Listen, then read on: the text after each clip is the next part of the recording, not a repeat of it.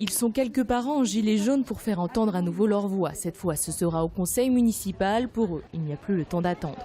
Il y a eu encore des incidents la semaine dernière sur des écoles parce qu'il n'y avait pas assez d'encadrants pour un nombre d'enfants trop important. Alors c'est pas des accidents, oui, il n'y a pas de mort, je suis d'accord, mais il y a quand même un gamin qui s'est ouvert le crâne. Il y a une petite fille qui a fait une crise d'asthme pendant un TAP de sport alors qu'il en avait plus que prévu et il n'avait pas les PAI, ce qu'on pointe du doigt depuis le début de la rentrée.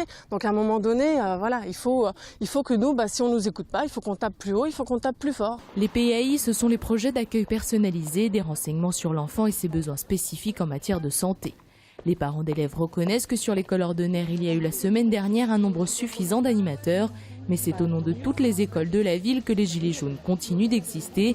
Le maire les reçoit en privé avant le conseil municipal. Tout naturellement, comme je l'ai fait jusqu'à présent, j'ai écouté tout le monde, j'ai reçu tout le monde, soit individuellement, soit collectivement. Et là, devant le conseil, mais j'estime que la parole peut être donnée à ces représentants de parents d'élèves pour partager un diagnostic. Il faut faire attention dès à présent et dès la rentrée. D'ailleurs, nous avons fait très attention à ça, aux questions de sécurité et d'organisation.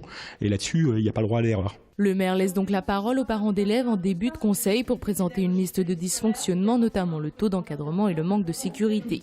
Une liste de questions a également été posée, les réponses au prochain comité de pilotage le 7 octobre que le maire a promis de présider.